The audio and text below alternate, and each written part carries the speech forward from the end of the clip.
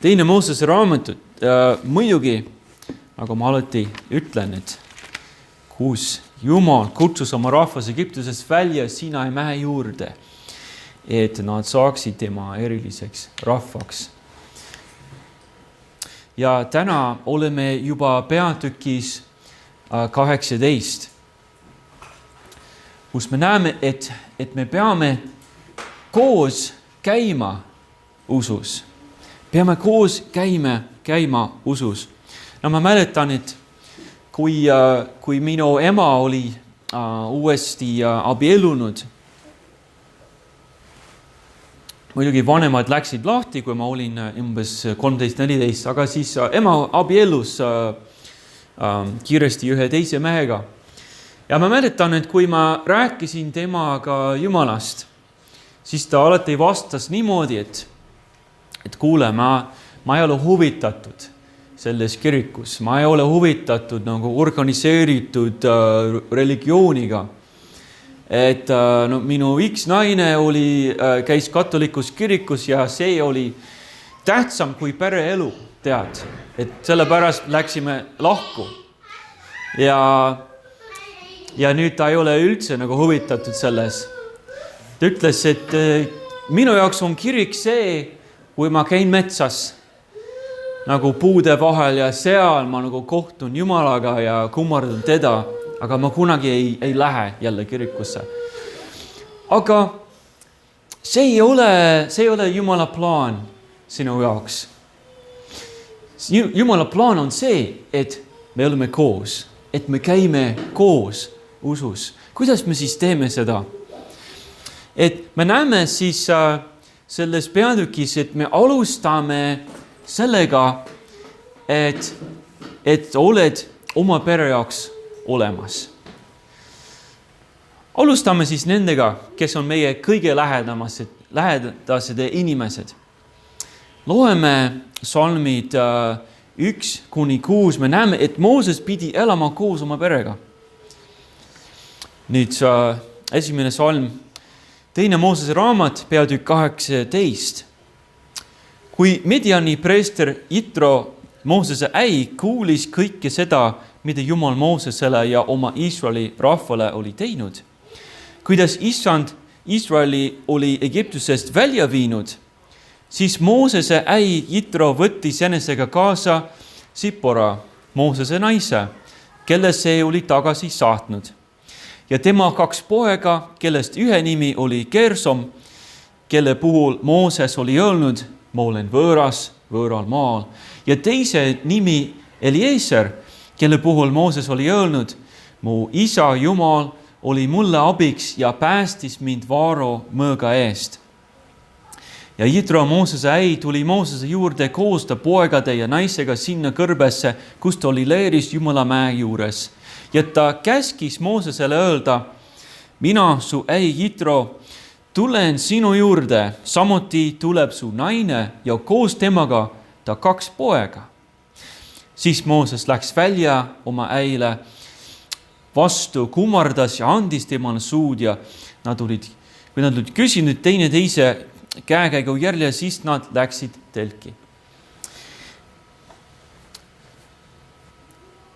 Mooses oli mõnda aega selles mõttes üksi olnud, ilma pereta. Et kes on nagu varem neid jutlasi kuulnud või ise lugenud teist Moosese raamatut, siis sa tead, et kui Mooses hakkas lõpuks Jumala sõna kuulama ja läks Egiptuse poole, siis poole tee peal ta saatis oma pere tagasi. Sest ta vist mõtles, et see on nii ohtlik, et ma ei tea, mis saab. Ma lähen Vaaro juurde ja parem, et nad jäävad nagu kõik naise pere juurde. Saatis neid tagasi. See oli tõenäoliselt mõned kuud tagasi, et kõik see juhtus, need nuhtlused ja nüüd nad on kõrbes Jumala mäe nagu lähemal. Ja siis Jitro tõi endaga kaasa Moosese naise ja 2 poega. Mooses oli suur Jumala mees. aga ta oli inimene. Tal oli vaja oma peret. Ta oli oma naist vaja, oma poegi vaja.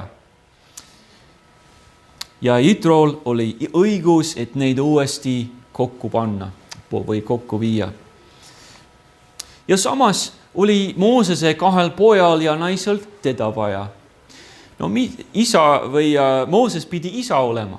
Ta pidi neid poisse üles kasvatama, nendele õpetama ja lihtsalt olemas olema nende jaoks. No kuidas see teeb seda, kui nemad elavad kaugel ära. Ja siis Moosesel oli oma naist Sippora vaja ja Sippora oli Moosest vaja. Nad vajasid teineteist, sest abielu peaks olema selline eluaegne suhe, mis on nagu kõige lähedam suhe, mis olemas on. No nii peaks olema. Nad peaksid koos olema. Aga meie pantuse ja katki läinud maailma pärast lähevad abikaasad iga päev lahku. Aga see ei ole Jumala plaan. Sest me oleme koos tugevam. Jumal ei mõelnud, et sina usud üksi ja kuidagi saad hakkama ja nagu minu ema endine mees, et ütles, et metsas siis ma saan kokku Jumalaga. Ja Jumal mõtles, et oleme teistega koos ja alustame siis perekonnaga. Sest oleme koos tugevam ja mees ja naine nad on koos tasakaalukam. Jumal mõtles niimoodi, mehel on oma tugevused, naisel on oma tugevused ja koos on asjad tasakaalukam. Naine näeb asju, mida mees ei näe ja mees näeb asju, mida naine ei näe näiteks.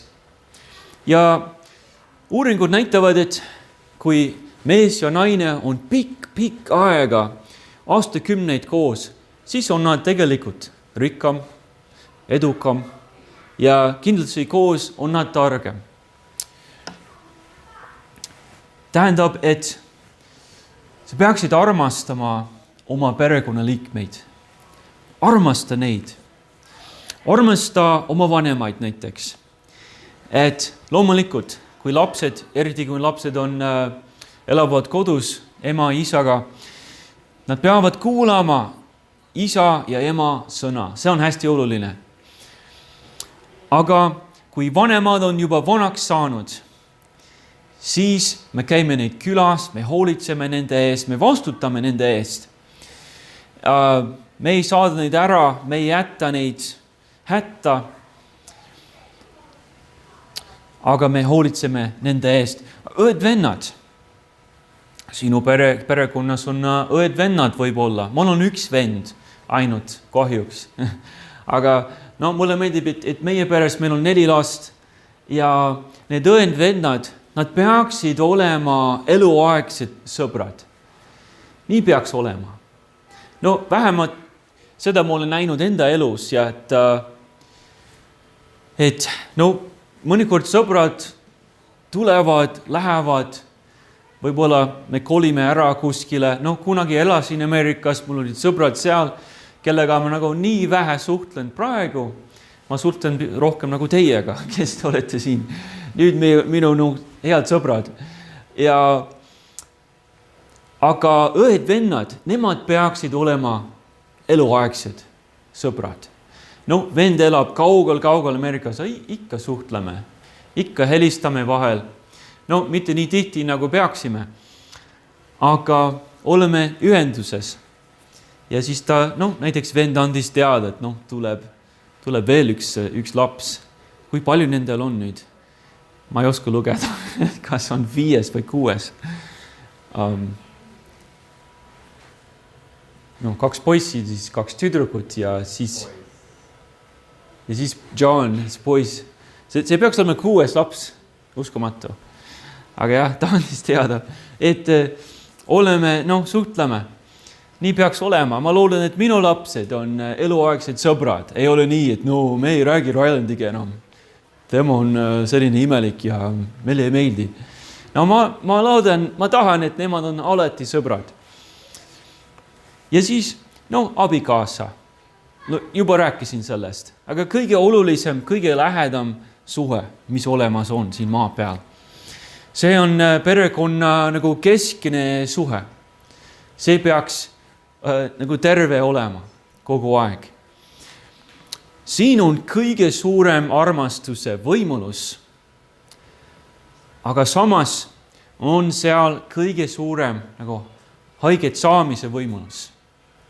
Loomulikult, mida rohkem sa armastad kedagi, usaldad teda, tal on suurem võimalus sulle haiget teha, kui võimalus tuleb. Aga see on kõige olulisem suhe, et panustame aega sellele ja hoiame seda nii palju kui võimalik. Ja siis lapsed. Ma mõtlen, et meie oma lapsed. Siin on suur vastutus, et neid üles kasvatada, nagu Mooses pidi seda Gersomit ja teine oli vist Eliezerit üles kasvatama. Meil on sama vastutus, et tegelikult see on suur vastutus, et järgmist põlvkonda üles kasvatada. Tähendab, et 20 või 40 aasta pärast, need on meie lapsed, kes seisavad siin, kes jutlustavad, kes teevad Jumala teenistus, kes teenivad isandat. Kui mitte need, siis kes siis teeb seda? See on järgmine põlvkond, Jumala rahva põlvkond. Me loodame, tahame, et nemad on siis isanda jaoks olemas. See on suur vastutus, et neid üles kasvatada isanda juhatamise ja manitsemisega. Nagu on kirjas Efeslastele 6:4. Jumal ei ole mõelnud, et me oleme kõik üksi oma usuga. Ei, ole siis oma pere jaoks olemas, käime koos usus ja siis veel ole sõprade jaoks olemas. Loome siis edasi, me näeme, et Mooses ja Jitro julgustavad teineteist ja see on nii ilus. Juba lugesin 7. salmi kogemata, aga siis Mooses läks välja oma äiale vastu, kummardas ja andis temale suud. Ja kui nad olid küsinud teineteise käigu järele, siis nad läksid telki. Ühesõnaga, sel ajal olid sellised kombed, et Mooses pidi nagu austama Jitro. Tema oli vist temast vanem. Ja sel ajal see oli suur asi, kui sa oled vanem, siis see peaks olema nagu targem ja aulisem. Ja ta oli naise isa ka. See oli hästi oluline. Ja nad andsid suud.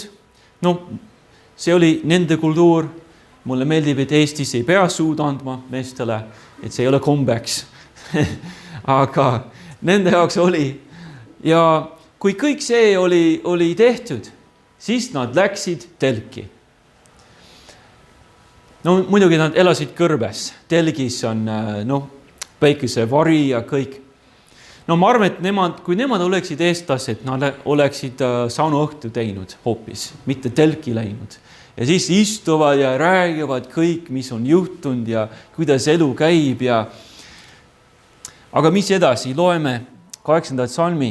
Ja Mooses jutustas oma äiale kõigest, mida issand Vaarole ja egiptlastele Iisraeli pärast oli teinud ja kõigist vaevadest, mis teekonnal oli olnud ja kuidas issand nad olid päästnud. Ja Jitro tundis rõõmu kõigest sellest heast, mida issand oli Iisraelile teinud, päästes tema egiptlaste käest. Jitro ütles, kiidetud olgu issand, kes teid päästis egiptlaste ja Vaaro eest. Nüüd ma tean, et issand on suurim kõigist Jumalast, sest ta päästis rahva Egiptuse käe alt, kui nad olid ülbed nende vastu. Ja Jitro, Mooses äi, tuli põletus, peatume seal praegu, sest siiamaani räägib Jitrost, Moosesest. Nad said kokku, võib-olla nad tegid sauna, kindlasti mitte, nad olid kõrbes, nii oli neil palav kogu aeg. Nad olid jahedas telgis, rääkisid kõik ära ja nad julgustasid teineteist. Mooses ütles kõik, mida Jumal oli teinud ja Jitro sai väga julgustatud, et nüüd ma tean, et sinu issand, tema on suurim kõigist Jumalast. Tema on see üks ja tõeline Jumal. Nüüd ma tean kindlasti seda. Ja ta oli julgustatud. Ja siis kindlasti Mooses sai julgustatud ka. No, võib-olla ka sellepärast, et Jitro tõi tema pere tagasi tema juurde. Ja siis Salm 12. Ja Jitro, Moosese äi, tuli põletus ja topaohvrid Jumalale ja Aaron ja kõik Iisraeli vanemad tulid, et Jumala ees leiba võtta üheskoos Moosese äiaga. No siis nad tegid, kui Jitro ja Mooses olid juba ära rääkinud kõik, siis nad kutsusid teisi, et Jumalat koos kummardama. No nüüd ma mõtlen, et nad tegid võib-olla sellist meesteõhtut või meestehommikut ja sõid koos ja ohverdasid Jumalale, kummardasid teda ja Aaron tuli, Moosese vend, kes saab varsti nagu ülempreestriks ja siis kõik Iisraeli vanemad, kõik need kõige olulisem juhid Iisraeli rahva seas ja nad koos kummardasid Jumalat. No nagu ma tean, et nagu meie teeme Eestis vahel, mehed saavad kokku või ütleme kogudus isegi. Me saame kokku ja mida me teeme? Me laulame kiituslaule Jumalale. Me palvetame koos. Me kuulame Jumala sõna ja me julgustame üksteist. Ja muidugi sööme ka. Et see, kui oleme baptistide vähemalt, siis peame sööma. See on oluline. Ja ma arvan, et kui olid põletusohvrid, siis oli liha olemas. Tähendab, et me peaksime nautima kristlast osadust sõpradega. See on tegelikult oluline. Juba mainisin seda meeste hommikut ja siis on Ülemistes K13 meeste õhtu. Aga isegi meie oma koguduses on piiblitund, teisipäeviti, praegu on Jumala teenistus. Aga oluline on ka see, nagu Mooses ja Jitro olid head sõbrad Kristuses või sel ajal ütleme vähemalt isandas. Peame muretsema endale kristlasi sõpru, kellega koos saad julgustust ja keda saad ise julgustada. See oli üks, ma jagan, et see oli üks mure, kui Roosi läks tagasi Ameerikasse. Ta ütles, et ta on nagu kogu aeg üksi ja õpib ja istub oma toas.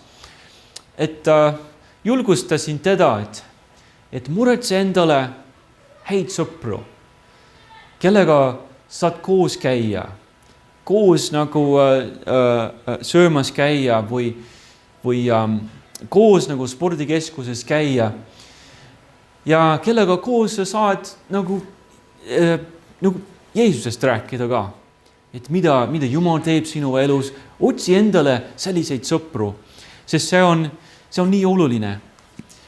Ei ole tervislik, kui oleme üksi oma usuga, oma Jumalaga. Palvetame koos sõbraga, palvetame koos abikaasaga, lastega ja võib-olla lähed mingi murega nagu pastori juurde, palvetad ja saad abi ja julgustust.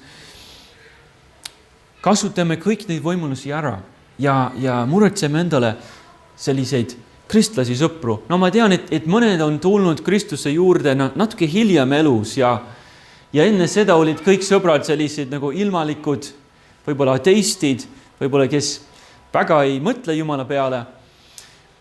Aga hästi oluline, et sul on nagu kristlas sõpru, kes nagu juhatavad sind Jeesuse lähemale kogu aeg. See on väga oluline. Jumal ei mõelnud, et oleme üksi.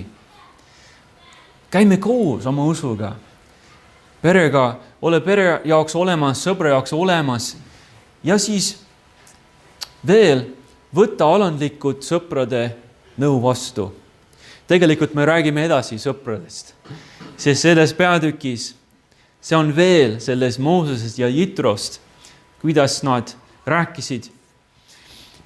Aga Jitro nägi midagi Mooseses, mis ei meeldinud üldse. Ta nägi midagi, mis oli vale ja ta kohe ütles talle. Ja siis me näeme, et Jitro manitses Moosest. No mida ta siis nägi? Hakkame siis lugema salmist 13. salmist. Järgmisel päeval, kui Mooses istus rahvale kohut mõistma ja rahvas seisis Moosese juures hommikust õhtuni, nägi Moosese äi kõike, mida ta rahvaga tegi ja ütles, mis see on, mis sa rahvaga teed? Mis pärast sina üksi istud, aga kõik rahvas seisab su juures hommikust õhtuni? Ja Mooses vastas äiale, rahvas tuleb ju minu juurde Jumalat nõu küsima. Kui neil on mingi asi, siis tullakse minu juurde ja mina mõistan kohut nende vahel ning teen teatavaks Jumalale määrased ja tema seaduse. Siis Mooses äi ütles temale, see asi pole hea, mida sa teed. Sa nõrked päris ära, nii hästi sina kui see rahvas, kes su juures on, sest see tegevus on sulle raske. Sa ei jaksa seda üksinda teha. Mida siis Jitro nägi, mis ei meeldinud? No, ta nägi, et kohe järgmisel päeval peale seda meest õhtut koos Aaroni ja teistega, siis ta nägi, et Mooses läks tööle. Istus seal oma telgi juures, ma ei tea kus. Inimesed tuli tema juurde. Pikk järjekord. Ja Mooses seletas, et need on kõik need inimesed, kellel on mingi küsimus, kellel on mingi riid oma vahel või erimeelsus või mida iganes. Ja nad tulevad minu juurde, et mida me peaksime tegema, mis on Jumala seadus selle kohta. Aga kui palju inimesi on seal? Iisraeli rahvas, kui palju inimesi? No 4. Moosese raamatus on seal kirjas, et rohkem kui 600 000 meest on Iisraeli rahvas. No veel on sama palju naisi vist olid ja kes teab, kui palju lapsi.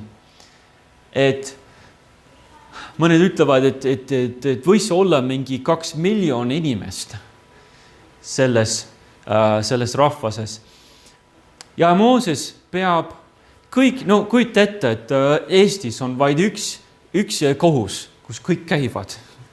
Ja iga asi, nagu politseid ei ole, kõik lähevad sinna, et tema varastas minult või meie autod põrkasid kokku ja nad kõik lähevad sinna. Jitro nägi seda, et Mooses, mida sa teed? Mida sa teed endale? Mida sa teed oma rahvale? Sa ei jaksa seda teha. No kindlasti olid Mooses said lahendatud mitu case'i, aga siis ma arvan, et olid paljud, kes läksid koju õhtul, tulid hommikul tagasi, võib-olla täna saame Moosesega rääkida. Ja mõned siis andsid alla, et ei tule õiglus kunagi. Lihtsalt jääb teadmata, mis on Jumala tahtmine ja mis on õige. Jitro siis ütles, mida peaks tegema. Siis tema oli see vist vanem ja targem, mida ta ütles. Salm 19. Kuule nüüd minu häält. Ma annan sulle nõu ja küllap on ka Jumal sinuga. Sina ole rahva asemik Jumala juures ja vii asjad Jumala ette.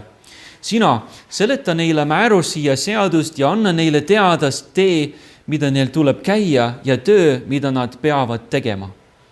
Aga sina vali kogu rahvast tublisid mehi, kes kardavad Jumalat, ustavaid mehi, kes vihkavad ahnust ja pane neile pealikuks iga 1150 ja 10 üle. Nemad mõistku rahvale kohut igal ajal.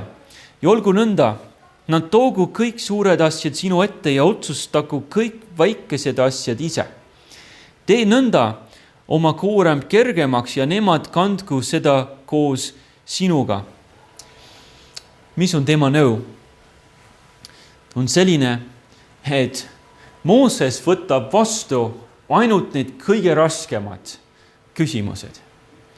Aga kõik need tavalised asjad, mis iga päev juhtuvad, iga 10 inimese üle, üks mees, kes on tark, kes ei ole ahtne, ei võta alt käemaksu näiteks, et siis tema vastutab nende eest, lahendab selle asja ära. Kui tema ei oska, siis iga 50 inimese üle üks mees. Kui tema oska, siis iga 100 üle ja siis lõpuks iga 1000 üle üks selline kohtunik, kes kelle juurde inimesed saavad minna ja sa oled nendele õpetanud Jumala määrusi ja Jumala seadust, nad teavad. Aga need kõige raskemad, nad tulevad sinu juurde. No ma ei tea, kuidas Eestis on, vist on samamoodi kui Ameerikas. Meil on see Supreme Court ja kõige raskemad kohtuasjad satuvad sinna. No vist on Eestis selline kõige suurem kohus. Niimoodi oli, see oli Mooses. Ja siis on see töö kergem. Mul on üks tuttav nimega Andres siin Eestis. Tal on oma trükikoda. Ma olen tema teenuseid kasutanud mitu korda seotud meie kogudusega. Ja viimast korda, kui ma tal trükikojas külas käisin, ta oli uues kohas, palju suuremas kohas. Siis ma ütlesin, sul on vist hästi läinud. Millega oled tegelenud hiljuti? Ta ütles, ma sain endale sellised suured masinad, trükimasinad.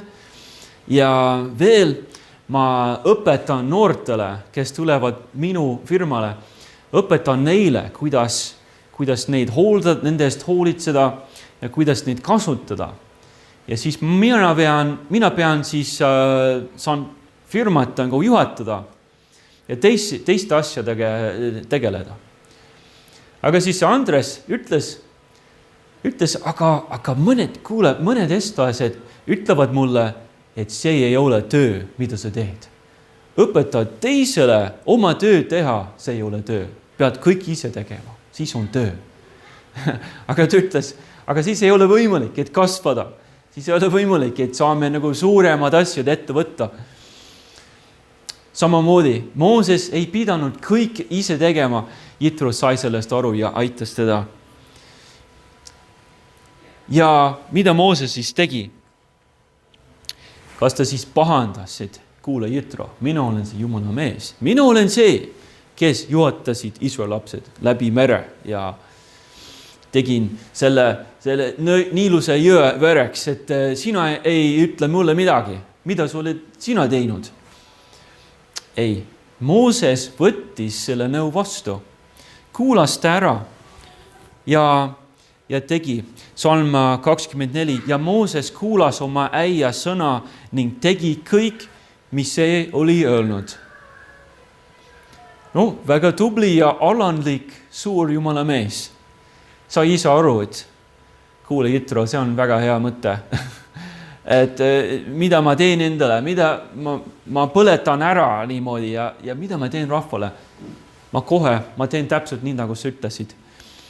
Et siis see on hea sõber. Tähendab, et võtta sõprade nõu kuulda. Sest sõber näeb sinus seda, mida sina ise ei oska näha. Nagu varem lugesime õpetussõnade raamatust, et raud ihub rauda ja inimene ihub teist. Kui sul on hea sõber, ma mõtlen selline sõber, kes on usklik, kes on korralik, kes on tubli. No ma ei mõtle sõbrale, kellel on elu lootusetult sassis, aga selline sõber, kes on korralik, tubli, kardab isandat. Kui tema annab nõu, siis võtta teda kuulda. Tõenäoliselt on see hea tarkus. Tõenäoliselt on see hea. Piibel ütleb, et meie oleme nagu raud. sina oled nagu raud ja mina olen nagu raud ja raud ihub rauda. Nagu kodus meil on köögis see nugade komplekt ja ma võtan ühe noa välja, kui ma tahan natuke tervaks teha, siis on selline nagu rauast pulk või midagi ja siis ma võin nagu vastu panna ja see nagu hoiab seda teravust natuke. Raud ihub rauda. No kui Jumal tegeleb sinuga, siis on palju suurema töö. Piibel ütleb, et Jumal paneb meid nagu just kui sulatusahju läbi, et sulatab meid vedeleks ja siis võtab pinnalt ära kõik seda mustust. Siis oleme nagu puhtamad Jumala ees. Puhtam selline kuld või hõber või raud. Aga kes me oleme? Me ei pane teine teist või üksteist sinna sulatusahju. Ei, Jumal teeb seda. Me oleme kõik rauatükid ja me lihtsalt teeme üksteist natuke tervamaks. See on kõik, mida me saame teha. Aga me saame ja me peaksime seda tegema. Selles samas peatükis õpetussõnade raamatus lugesime parem avalik noomitus kui salalik armastus. Parem avalik noomitus. Piibel ütleb, et parem, et sõber ütleb sulle kohe ja otseselt, mida sa valesti teed või kuidas sa saaksid paremini teha. Nagu Jitro vaatas Mooses, ütles Mooses, kuule, mida sa teed. See on parem kui salalik armastus. Et sa armastad kedagi, aga sa kunagi ei tee midagi sellega. No, ma tunnen armastust, aga ma ei aita ja ma ei ütle midagi. Parem avalik noomitus, ütleb Jumala sõna ja järgmine lause ütleb edasi, sõbra löögid on mõeldud siiralt, aga vihamehe suutlused on võltsid. Sõbra löögid. Kas sõber on kunagi sulle öelnud midagi, mis on nagu löök, näkku? Et arvasin, et siin on minu sõber. Kuidas sa niimoodi ütled mulle? Et see on vale või ma peaksin hoopis niimoodi tegema. Mõnikord on see valus. Ai, see on valus. Ma ei taha seda kuulda. Aga mõnikord on see ka väga kasulik. Sõbra löögid on mõeldud siiralt. Ta tahab tegelikult sind aidata. Ta tahab, et sul nagu hästi läheks. Et mõnikord ma ütlen midagi lapsele. Talle ei meeldi. Ta ei taha seda kuulda. Et isa, jätta mul teha nii, nagu ma tahan. Ei, ma ei saa. Ma tahan sind aidata ja suunata õiges suunas, sest ma armastan sind. Mõnikord on raske sellest aru saada. Aga sõbra löögid on mõeldud siiralt, aga vihamehe suutlused on võltsid. Väga ohtlikud on sellised sõbrad, kes ütlevad sulle täpselt seda, mida sa tahad kuulda juba. Et sind meelitada, et sulle meeldida rohkem. Need on sellised ohtlikud sõbrad. No ma tean, et mõned paljud inimesed siin Eestis käivad psühholoogi juures, kui on mingi mure, eriti kui nad Jumalat ei tunne. No, miks tuleb pastori juurde? Ei usu Jumalasse. Läheb pigem psühholoogi juurde. Ja see psühholoog, mida ta ütleb? No, ta tahab nagu raha teenida ja ta tahab sulle natuke meeldida. Ja tihtipeale ütleb sulle täpselt, mida sa tahad kuulda. No ma mäletan, üks naine ütles, et tal oli mõned abielu nagu teemad, läks psühholoogi juurde ja psühholoog kuulas kõik ära ja tuli nagu tema sõber ja siis lõpuks küsis, et mida sa siis teed? Ja siis naine vastas, mida ma siis teen? Psühholoog vastas, et ma arvan, et sa ise tead. Mis on sinu sisemine tunne, mida sa peaksid tegema? No ma arvan, et peaksin mehest lahku minema. No siis on su vastus olemas. Peaksid lahku minema. Mine mehe juurest ära.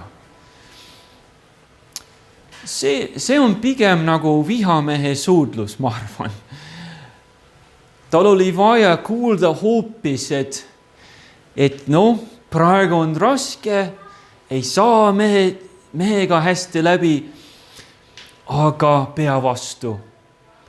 Aga armastad teda ikkagi. Isegi kui ta on nii kole sinu silmis praegu. Armastad teda, oota ära, kannata natukene ja palu, et Jumal aitaks sind, et Jumal muudaks see mehe südame. Aga see oleks pigem nagu sõbra löök, et sa ei taha seda kuulda, aga nii sa peaksid tegema. See on Jumala tahtmine ja lõpuks sa oled õnnelikum kui see, et sa kohe nagu lähed ära ja teed, mida sa tahad. Sõbralöögid on sellised ustavad, see on mõeldud siiralt. See sõber, nagu ma mõtlen hea sõber, ta armastab sind, tahab sulle kõige paremat.